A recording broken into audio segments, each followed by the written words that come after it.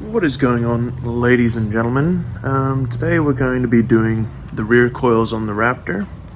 That way we can lift it up and carry more weight and stuff like that. And I probably won't be doing too much talking in this video because I am getting sick. No, it is not coronavirus. I did go to the doctor's and he says it's just a cold, but I am beginning to lose my voice and I do get a little bit tired, so I just want to go ahead and get the job done. And so there probably won't be too much talking. I'll probably just overlay information on top of the videos themselves.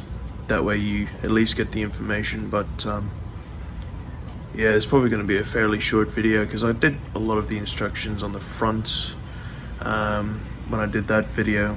The rear is much over muchness. That's actually a lot easier to do because you're not having to deal with control arms and ball joints and stuff like that.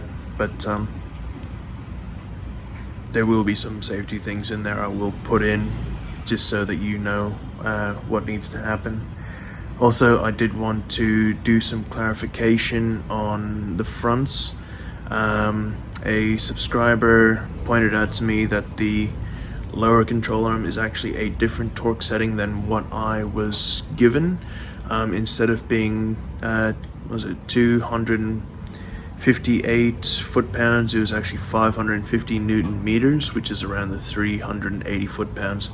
I have corrected that, as long as you guys know that it is a bit heavier.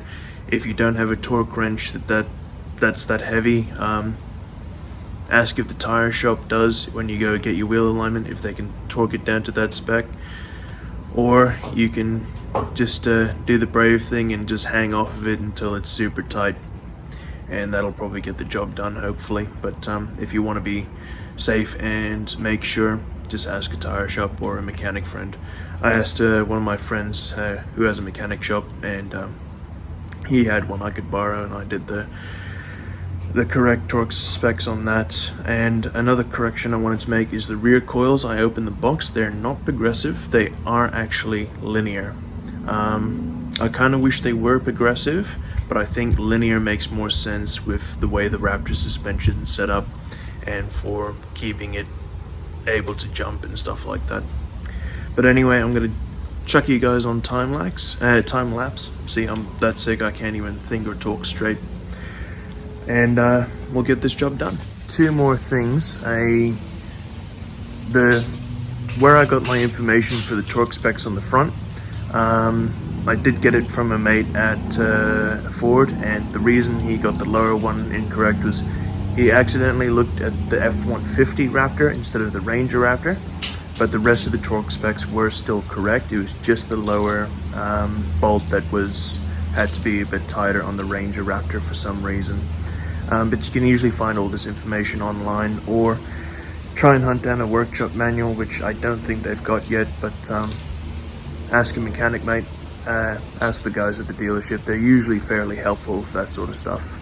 And another thing I wanted to do is, one of you guys hit me up on Facebook and you wanted to know the height of stock rear guard versus when it's going to be lifted. So this at the moment, from lining up in the center, is about 97.3 mil if you want to be that accurate. So we'll lift it up and we'll see how much that changes.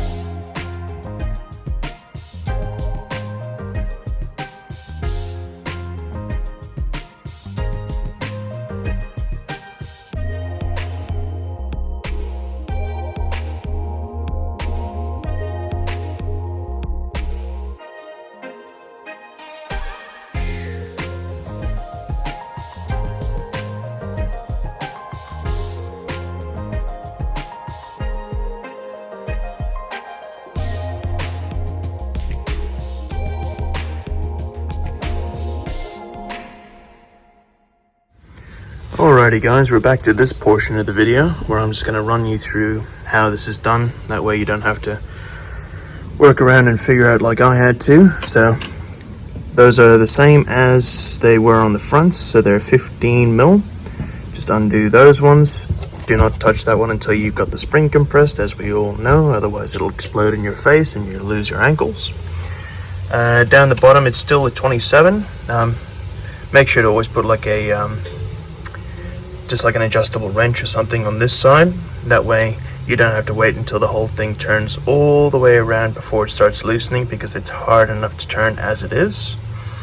Then all you have to do is remove this little bash plate thing here, which is just these two, I believe they're 18 mil, and this slides off and then allows you to drop the entire assembly. Now you can't do this unless all the tension is off your rear axle assembly.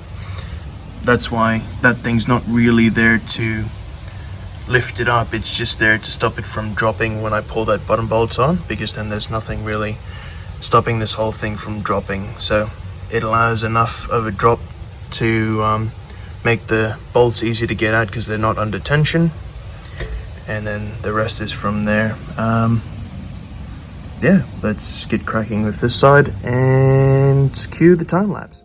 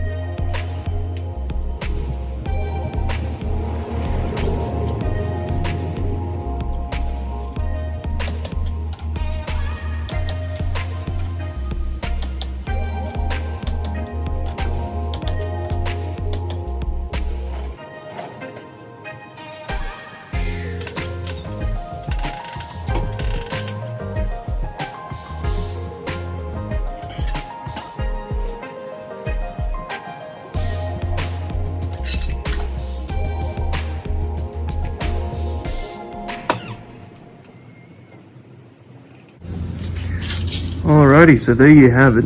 There's the install. Does look a bit stupid at the moment because she's kind of pogo sticking. and you've obviously got that rake that we all know and love with Rangers and Raptors and stuff like that. Just bear in mind, the front did sink a good like 25 mil since I installed it. It did take about a week for it to do it, and it was super stiff at the beginning, but now it like rides almost like normal. As soon as I put a bull bar and a winch, she'll drive just like factory. Now the rear, it's fresh just in there. Took it for a quick drive to get it to settle a little bit, but she hasn't moved much. It'll probably still take a week for them to settle, but honestly, it still drives like it used to. It still feels soft, and I live on a very rough cobbled road, and it feels exactly the same. Now, I'll take a measurement now, even though it won't be a true accurate measurement, because it will sag quite a bit. But we were, what, 97.4 or something like that? I'm trying to work from memory. We're now 105. So it has gone up quite a bit, just a bit over the 2-inch mark, but she will sag down to just that 50 mil. And once you load it up, like you put drawers or a canopy, water tank, extra long range fuel tank, that'll obviously start sagging back down and get to either level with the front or just a little bit taller. But other than that, guys, that's going to be it for the suspension on the Raptor for a while. I'll probably won't make a video of getting it aligned again, just to make sure that the rear track's all in order. I'll drive it around for a week and then take it to them again. But yeah, let me know what you think in the comments, and if you've got any questions, leave a comment down below. Unfortunately, I don't always get to all of them.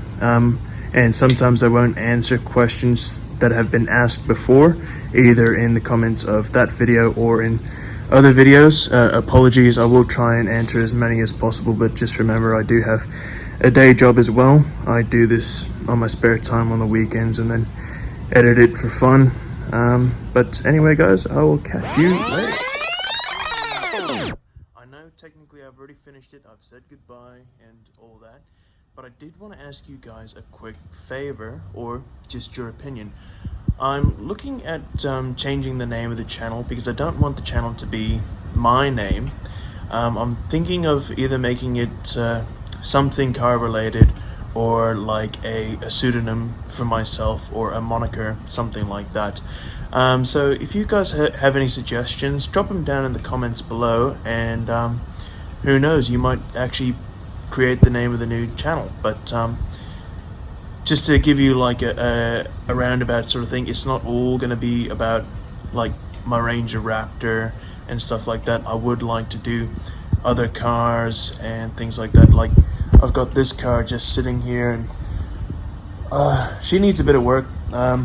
First of all, she's probably going to get rhino lined, have some of the electricals done to it and stuff like that. So it's not all about the Ranger Raptor. So picking a name that's the Ranger Raptor is not really going to work for it. But if you guys got any ideas, anything like that, drop in the comments below, and I'll catch you guys next time.